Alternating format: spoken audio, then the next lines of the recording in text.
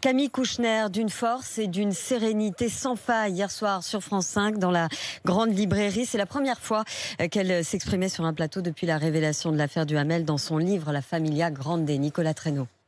Camille Kouchner, le visage grave, a dit que sa joie de vivre a disparu dans les années 80, quand son jumeau lui confie les viols répétés. Ils se taisent pour ne pas faire de peine à leur mère, puis se confient en 2008. Elle minimise. Elle essaye de nous convaincre que tout ça, c'est une histoire d'amour. Et puis on va vous expliquer que vous, les enfants, êtes responsables d'aller tourner autour des adultes et après, de quoi vous plaignez-vous, quoi. À partir du moment où votre mère vous dit ça, c'est...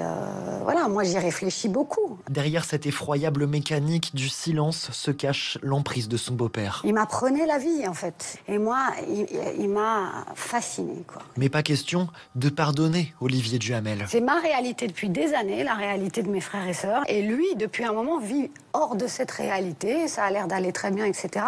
Je trouve ça injuste. On a une réalité qu'il est le seul à avoir créée.